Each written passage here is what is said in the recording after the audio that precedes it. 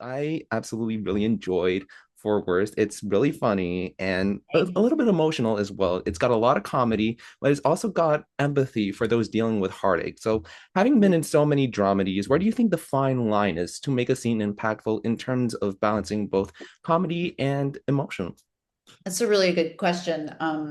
I think that the the key maybe is that both stay very grounded in reality in some way. So like you have first of all you have to have the most incredible comic actors. That's very important. So you hire Ken Marino and Simon Helberg and Bradley Whitford. You then he might have slept with me to get the part, but that's another story.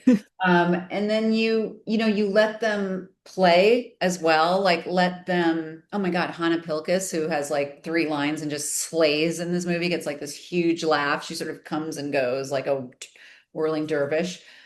Missy Pyle, you have these brilliantly funny. I think that's really honestly the most important thing. But people like Missy, like all of those actors, like Abby Hoffman, who can do both, right? So they can be very deeply, emotional, but they can also be absurdly funny. And you let them play, and you let yourself play, and hope that both sides of that are a little bit rooted in some reality. Even if it's like a very, very heightened reality, it's still recognizable to people, and then I think you can go into something deeper and come out of it quickly with people coming along with you, which I do a lot in the movie, and I feel really gratified that people seem to follow that journey. Oh, we're laughing, Yeah. we're crying, we're laughing, we're crying. Yeah, it's a lot of just going back and forth, but I also like the groundedness and the craziness of it all because it's almost reminiscent of a previous series you also starred in, that being Transparent. Yes, you might see the influence of Transparent there very Oh much. yeah, Yeah. I definitely saw it all over the place. Was there anything you took away from that experience, acting or directing wise, that inspired you here to further shape that initial inspiration for this film? I honestly feel like if this film works at all, it's because of that show and what I learned on it.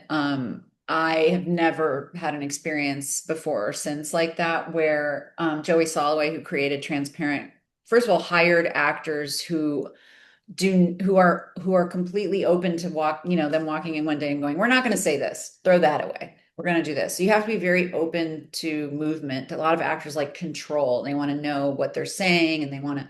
So it's a certain type of person that you have to find. You have to cast really well with people who are like really open to I'm going to throw this at you. I'm going to, someone's going to yell lines at you from the other room and that you can just like run with that. And I think probably even more important than any of that is the idea that like everybody on set is a part of the scene. So if you are a background or you are the person holding that you're the boomer, you're the sound guy, you are as important to what's happening as what's in front of the camera, and that everybody gets acknowledged every day, everybody gets thanked every day, everybody gets fed every day, and there's no hierarchy that you would be aware of in the same way that you might be on like a Hollywood set. Like we're all here to have fun. We're all here together. And when you have that environment, everybody puts down their phones, talks to each other all day, takes pictures, is having a great time. So that was very much something that I learned on that set.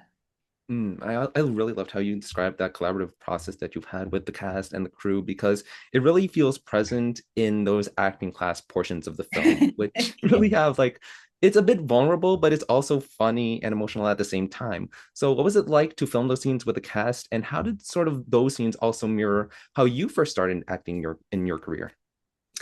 My personal story was that I took an acting class when I was already like pretty well established. So it's, hearkening back though to my early days. I mean, I did take a commercial acting class, and and I do think we were given, this was a long time ago, but given copy that was not commercial because we were told that that acting is not. And I made a living. I mean, I have this commercial in the movie around a product called Aquoxy, which is a moisturizer for dry vaginal issues in menopause. And I can write that, act that, and do that, produce that commercial because I've done so many commercials in my acting career. So, commercial work is a big part of how actors in this country can survive and make money. So that's definitely in there. But the class was made up of almost exclusively friends and actors that I knew who would be very open and any actor you hire to do an acting class has taken an acting class and knows exactly, what we're except for probably Gabby Hoffman, who's our teacher. She's probably never taken an acting class, which is really funny. That's She's great. not, and she nails it. Like she's this, there's a real trope of acting teachers, but they are like that. They're all very dramatic, intense people. I've never met one that wasn't. And she does such a beautiful job, I think, of grounding that as well into something it's a cliche, we're heightened. It's like, oh yeah, I've seen this before, but she does it in a way that's like got a little extra sauce on it. So I also like only hired actors that I didn't think were just comedy over the top, Mm. and that way you can really make fun of that stuff, but still kind of feel like you can understand being in that situation, if that makes sense. Yeah, it definitely makes sense. And I also like how you also describe like the commercial process also going into that. Was there like any specific commercial that you did where you had to go like all in? Because at the end, like you guys went all in with that. I mean, I was the voice of Cymbalta, which is an antidepressant, for probably a decade. Oh my God. It was incredibly impactful. I think it won awards. It was one of the first pharmaceutical ads when pharmaceutical ads became a big thing, and it was for depression. And I had a line, depression hurts.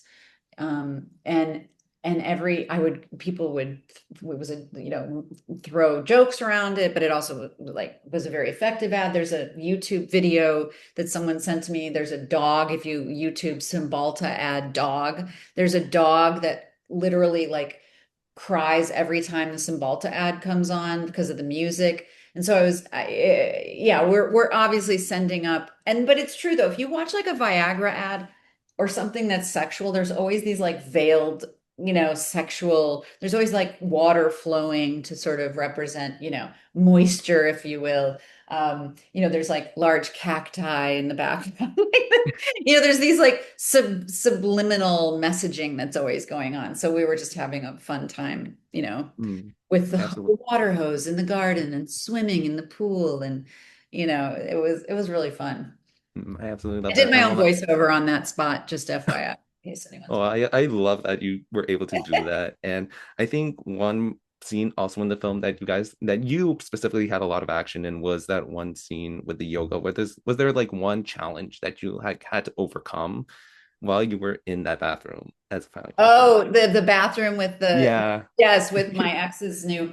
I mean, one of the challenges of that scene is that the line is so small. Mm.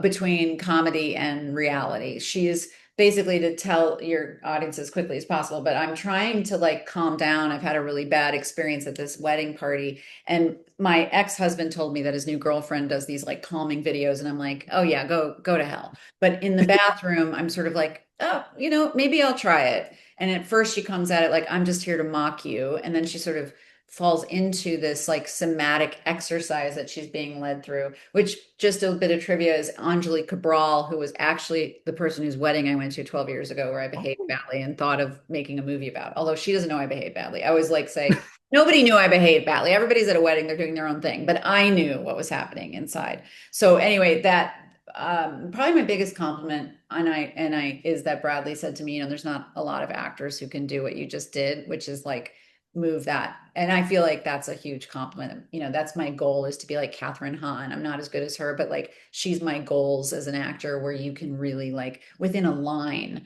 go from being comedic to actually crying and then back again. But it really makes me happy that people have been mentioning that scene, because I actually didn't know if it made sense to anyone at all.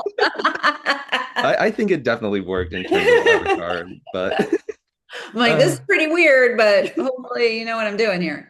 yeah, but I think it worked. And I gotta say, Amy, it's been a wonderful time talking with you here today. I really hope that everyone else enjoys For Worse as well. And I really hope that you have a wonderful day again. Thank you so much for everything. Thank you. Thanks for getting the word out on this one. I really appreciate it.